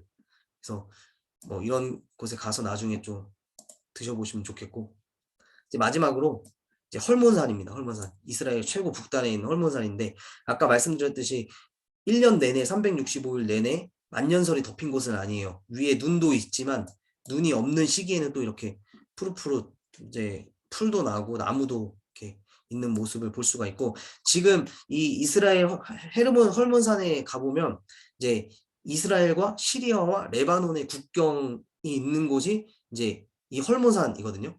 그러니까 예를 들면 우리도 뭐 경상도 뭐 어디야 충청도 뭐 이렇게 해가지고 어떤 산이 있으면은 다 국경이 이렇게 나누어져 있는 걸 볼 수가 있잖아요. 여기도 마찬가지로 이제 시리아 국경을 지키는 이스라엘의 군인입니다. 그래서 잘생겼죠? 이 군인? 그래서 이 이스라엘 군인은 18살에 고등학교를 졸업하면 바로 군대에 가요. 남자든 여자든 다 의무 입대를 합니다. 그래가지고 여기 보이는 20살이 되기 전 이제 군인인데 이제 성지순례 갔을 때 이제 권사님들이 이 청년 군인하고 사진 찍으려고 막 옆에 와가지고 아들 갖고 너무 잘생겼죠. 이런 군인하고 이제 사진 찍는 모습을 좀 볼 수가 있고. 그래서 헐몬산 아까 그 아까 그 해발 고도 2000m가 넘는 그 헐몬산에서 내려본 갈릴리의 모습도 이제 볼 수가 있는 곳입니다. 자, 그래서 이제 사진은 마무리하고요. 마지막으로 이제 이 사진을 보면서 좀 정리를 해보자면, 이제 우리가 네게부에서 갈릴리까지 지금 그냥 막 올라간 것이 아니라 이 네 개의 도로를 따라서 올라갔어요. 그래서 해안도로, 중앙 산악지대 족장의 도로, 그 다음에 요단 계곡, 그 다음에 이제 왕의 대로, 이렇게 네 개의 도로가, 고대의 도로가 있었다라는 것을 좀 기억을 하시고, 성경을 읽을 때도 이 지역별로 지금 족장의 길에서 벌어지는 사건이다, 아니면 이거는 왕의 대로에서 벌어진 사건이다, 뭐 이런 것들을 좀 기억하시면서 성경을 읽으면 조금 더 재미있게, 아니면 또 좀 더 재미있는 관점으로, 다른 관점으로 성경을 이해하실 수 있지 않을까라고 생각합니다. 자, 그래서 이제 사진으로 제가 준비한 거는 여기까지고요. 혹시 좀 질문이나 아니면 이런 것들 좀 나눠볼 수 있는 시간을 가질까요? 채팅으로 써주셔도 되고, 이제 강의를 들으시면서 좀 이해가 안 됐거나 좀 궁금한 점, 이스라엘에 대한 지리적으로 궁금한 것이나 아니면 뭐 여러 가지 아무거나 좋습니다.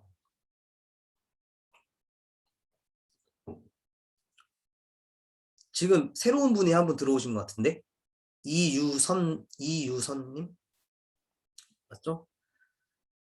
반갑습니다.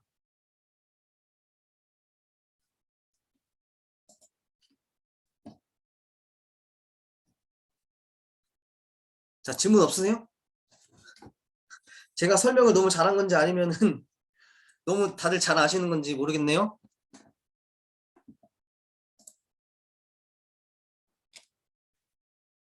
네. 자, 그러면 제가 지금 목소리가 왜 쉬었는지 모르겠는데, 자, 그러면 이제 좀 마치고 구글어스 이제 2시간, 오늘 2시간 강의를 잡아놨는데,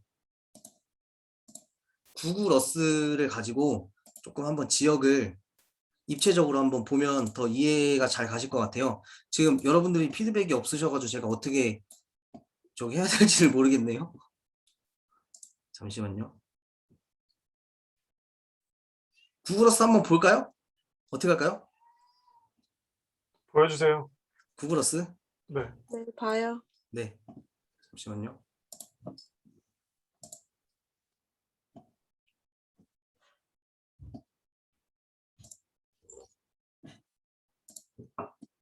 제가 공유를 좀 하겠습니다.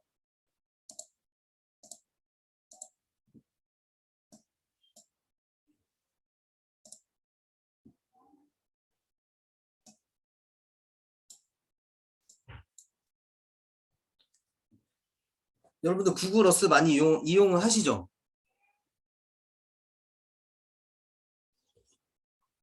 이용하시는 분들도 있고 안 하시는 분들도 있고.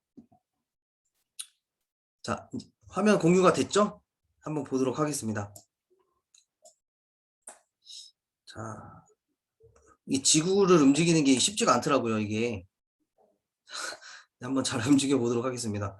자, 여기 보면 지금 이제 보이시는 곳이 보는 것이 아까 우리가 처음에 봤었던 고대 근동 지역, 중동 지역을 전체적으로 보면 이렇게 볼 수가 있죠. 그래서 자, 이제 성경의 무대가 되는 고대 근동 지역, 그리고 우리가 정리를 좀 복습을 해보자면, 자, 이곳이 어디죠? 우리 채팅창으로 한번 같이 한번 해볼까요? 복습 한번 해볼까요? 보면서 여기 이 지역, 터키 지역, 뭐라고 고대 근동 지역에서는 뭐라고 여기를 이야기했을까요? 아까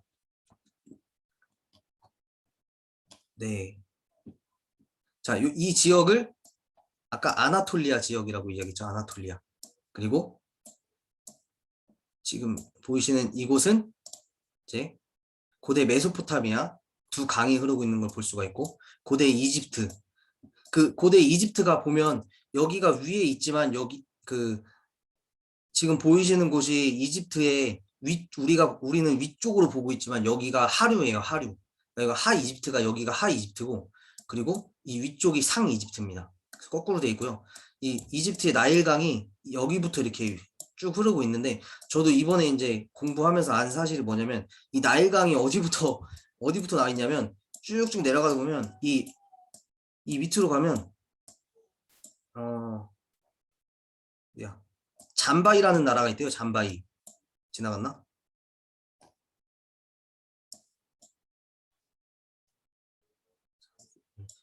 여기가 이제 잠바이라는 나라인데 여기부터 여기에 있는 그 빅토리아 호수라는 호수가 있는데 그 호수부터 빅토리아 호 여기 있죠. 이 호수부터 시작되어서 이 나일강을 이루고 있다는 것을 저도 이번에 알았습니다. 그래서 여기 보이시는 이집트가 하이집트다. 하류의 어떤 삼각주라고 볼 수가 있고 전체적으로 큰 모습을 이렇게 볼 수 있고 아까 말씀드렸던 광야 지역을 한번 들어가 볼까요? 이렇게 보면 좀 보이죠? 여기는 연중 강수량이 50mm 이하인 사람이 살 수 없는 광야 지역을 볼 수가 있고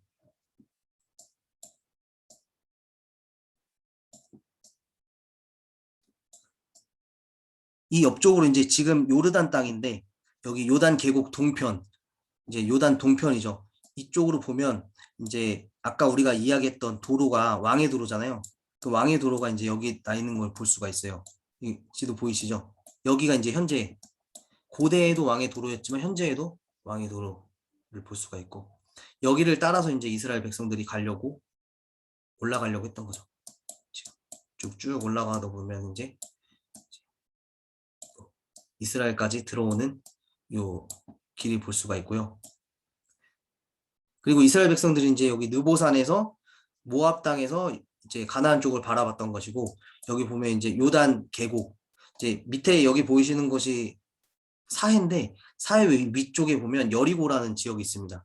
그래서 이스라엘 백성들이 이렇게 해서 지금 마우스 보이시죠? 이렇게 해서 요단 계곡을 지나서 이제 여리고로 들어가는 모습을 볼 수가 있습니다. 그래서 여리고는 이제 가장 낮은 도시임을 볼 수 있고 여리고 바로 옆에 이제 아까 노란색 지도에서 노란색 부분이었던 유대 광야의 모습 볼 수가 있죠. 그래서 이 유대 광야를 보면 이런 이 계곡들이 있잖아요. 여기가 이제 비가 오면 이런 곳들이 이제 물이 흐르는 계곡인데 비가 안 올 때는 사실 이런 곳들이 이제 사람들이 다니는 길이 되는 거예요. 이제 비가 안 올 때는 다 이제 길이 되고 비가 올 때는 계곡으로 이제 또 바뀐다 이렇게 보시면 되고 이제 유다의 광야를 지나서 조금 더 왼쪽으로 올라가 보면 이제 중앙 산악 지역 여기는 이제 조금 더 광야 지역과는 조금 다른 산악 지역이죠. 예루살렘 현재의 예루살렘 모습 지형을 보시면 약간 이런 모습이에요. 높은 산지 지역 그리고 더 왼쪽으로 가보면 이제 아까 이야기했던 지중해 바로 옆에 평야 지역이죠. 여기는 사실 이제 비옥한 땅이기 때문에 당시에도 그랬지만 지금도 이제 이렇게 농사를 짓고 살 수 있는 그런 비옥한 땅입니다. 땅을 볼 수 있고 이 요단 계곡을 따라서 이제 올라갈 수도 있지만 우리가 이 족장의 길을 따라서 올라가다 보면 여기 이제 베델 보이죠? 베델 그리고 실로 그리고 나블루스는 이제 지금 성경에서 세겜 아까 우리 세겜이 두 언덕이라고 했잖아요. 이 세겜에 가보면 자 이렇게 돌려보면 자 여기가 지금 이제 현대의 세겜 지역 나블루스인데 고대에는 세겜 지역이었고 이제 왼쪽으로 보이시는 곳이 여기 하르 그리심이라고 있죠. 그리심산 그리고 저 앞에 보이는 것이 에발산이에요. 근데 여기 보시면 이제 뭐가 다르냐면 이런 것들이 있어요. 지금 왼쪽 그리심산 쪽에는 이런 집들이나 사람들이 되게 많이 모여 사는 걸 볼 수가 있어요. 근데 이 에발산 쪽에는 많이 없죠. 이런 거 봤을 때 이제 뭐라고 이야기하냐면 그리심산에서 축복을 선포하고 에발산에서 저주를 선포했다. 그러니까 그 말씀이 이루어졌다라고 하면서 그리심산에 축복된 어떤 축복의 산이기 때문에 사람들이 이쪽에 더 많이 살고 이제 이 지역적으로 봤을 때는 이쪽에서 물이 더 풍부하게 난다고 합니다. 그래서 이런 지형적인 모습을 봤을 때 또 이제 이 세겜 지역을 좀 볼 수가 있었고요. 그리고 조금 더 이제 올라가 보면 갈릴리 지역.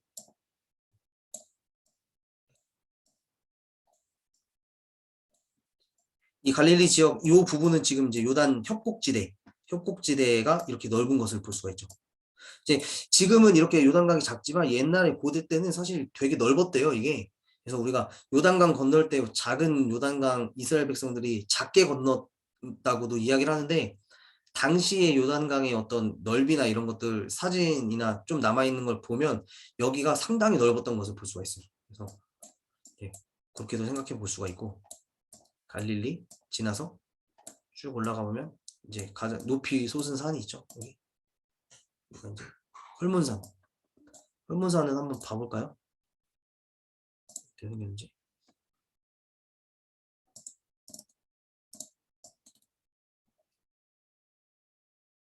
거리뷰가 왜 없대? 자. 여기는 지금 이제 눈이 왔을 때 찍은 사진이네요. 이렇게 만년설이 있을 때도 있고 없을 때도 있고 이 산에서 보면 이제 갈릴리와 저쪽 아래 지역까지 다 보이는 거죠. 여기 보시면 이제 여기 국경 보이시죠? 여기가 이제 국경 수비대가 있는 부대입니다.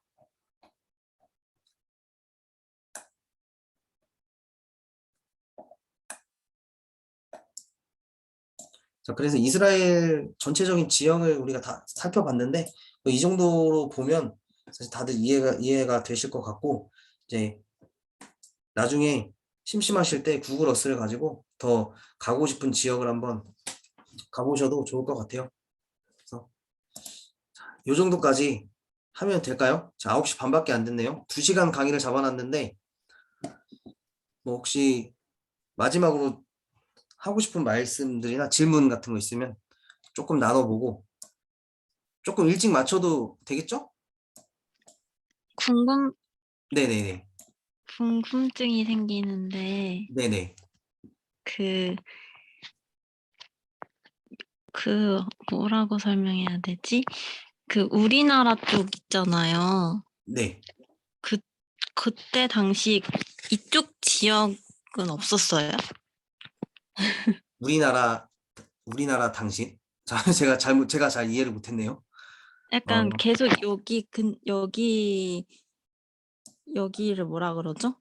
이 고대 근동 이스라엘 지역을 근처 여기 계속 네, 예수님이 계속 여기 머무셨잖아요. 네, 그러면은 반대쪽인 네, 우리나라 있는 네, 그쪽 있잖아요. 네. 그쪽까지는 지형이 아예 없었던 건지 궁금한 생각이 들어요. 지형이요? 예수님 시대가 우리나라로는 어디 시대죠? 아브라함이 그건가요? 아브라함 때가 그 누구지? 활 잘 쏘는 사람? 주몽인가? 그러니까 예수님 시대에 우리나라 지역은 어느 시대였냐 이런 질문이신가요, 혹시? 어느 시대였냐? 아니면 뭐 설명을 못 하겠어요. 뭐 사실 이제 그런 이야기들을 해요. 사실 이제 이제 오늘은 사실 이제 이스라엘 지형에 대한 성서 지리에 대한 어떤 공부를 저희가 같이 한 건데 여기 이제 아까 처음 지도에서 봤듯이 여기서 이스라엘에서 쭉 가보면 사실 우리나라랑 거의 같은 그 높이 이거 뭐 경도 위도 이런 거 있잖아요. 그 같은 그 위도라고 하나요? 그 상에 있는 나라라고도 볼 수 있는데 그래서 중요한 건 뭐냐면 이스라엘 땅을 되게 신성하게 보는 사람들이 있어요. 그러니까 예수님이 이 땅에 오셨고 이스라엘 땅은 뭔가 홀리하고 거룩하고 뭐 성지고 막 이렇게 해가지고 너무 이 땅을 과대하게 뭐 거룩한 땅으로 보는 사람들이 있는데 사실 여기 나오는 지리적 특징들이 예를 들면 헐몬산이 2,500m 그리고 예를 들면 뭐 여리고가 200 마이너스 200 이렇게 되는 것들이 사실 이 지역 그러니까 이 같은 위도에 있는 지역에 충분히 나올 수 있는 어떤 그런 지역적인 특징이다라고도 말씀하시는 사람들이 있어요. 그래서 뭐 우리나라에는 그런 어떤 광야도 없고 여러 이스라엘과 비슷한 지형은 아니지만 여기 우리나라는 사실 뭐 초록색이 많잖아요. 근데 이런 위도에 있는 나라들에서 충분히 발견될 수 있는 어떤 지리적인 특징을 가지고 있는 땅이 이스라엘 땅이다라는 걸 봤을 때 사실 땅이 갖는 어떤 거룩함이나 뭐 그런 것들은 사실 조금 버려도 우리랑 똑같은 일상을 살아가는 똑같은 어떤 현실을 살아가는 이스라엘이라는 작은 나라에 하나님이 그 나라를 선택하셨고 그리고 예수님이 그 땅에 오셨고 그것도 그거 이렇게도 생각해 볼 수 있잖아요. 내가 특별해서 하나님이 나를 선택하신 것이 아니라 나같이 연약한 사람, 나같이 죄인인 사람도 하나님께서 선택하시고 택하셔서 내가 하나님이 거룩하신 것처럼 나도 거룩해질 수 있는 그런 어떤 믿음 안에서 생각해 봤을 때 우리나라와는 뭐 한국의 역사는 저도 잘 모르겠네요. 그때 당시 역사는. 근데 이제 그렇게 봤을 때 지리적인 면으로 봤을 때는 뭐 그렇게 봐도 될 것 같아요. 혹시 뭐 대답이 되셨는지 모르겠네요. 이게 네. 어떤 제가 잘못 이해를 해가지고 제가 이해하기로는 네. 뭔가 예수님 시대 때가 우리 한반도 모습을 약간 물어본 것 같긴 한데 아 예수님 시대의 한반도는 어땠냐? 그 질문인가요?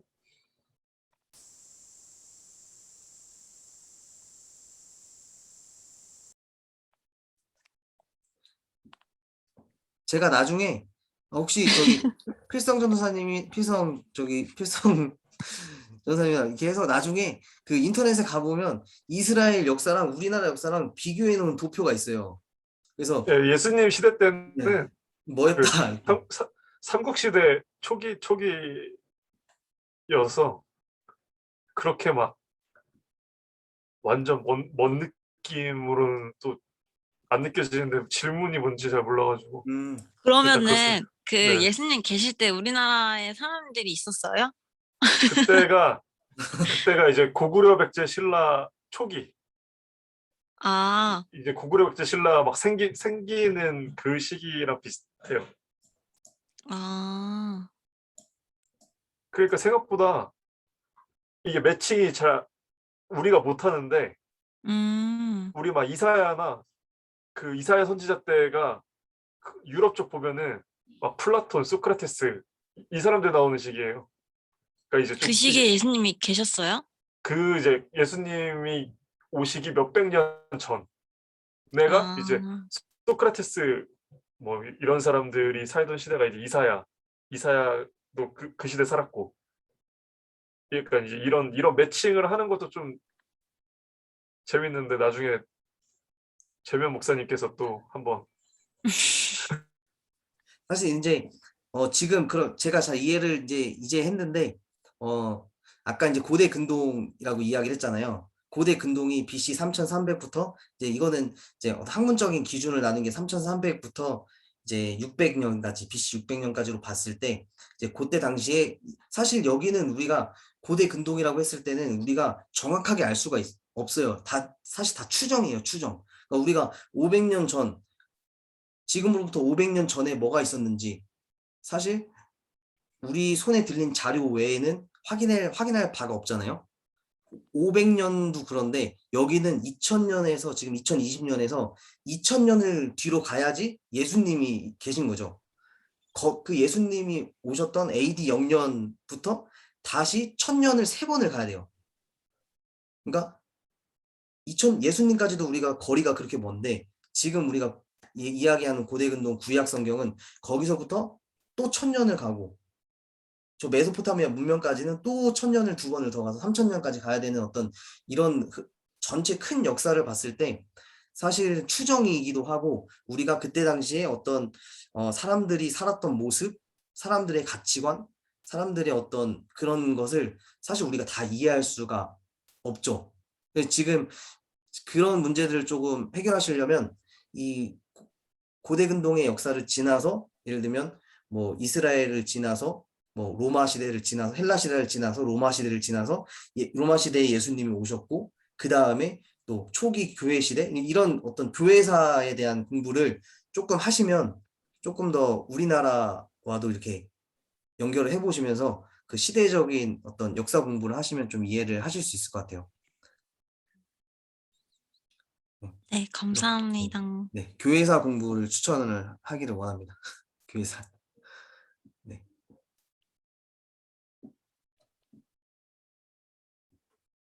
자, 다른 질문들은 없으신가요, 이제? 이제 시간이 많이 지나갔는데 다들